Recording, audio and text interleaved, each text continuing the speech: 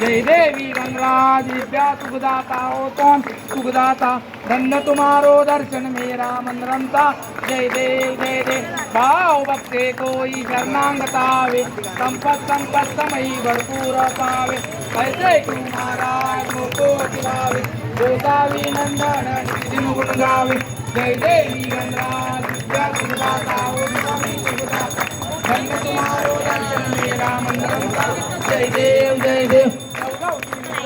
ब्रह्मांडी माळा विषय कंठ काळ त्रिनेत्री ज्वाळा लावण्य सुंदर मस्तकी बाळ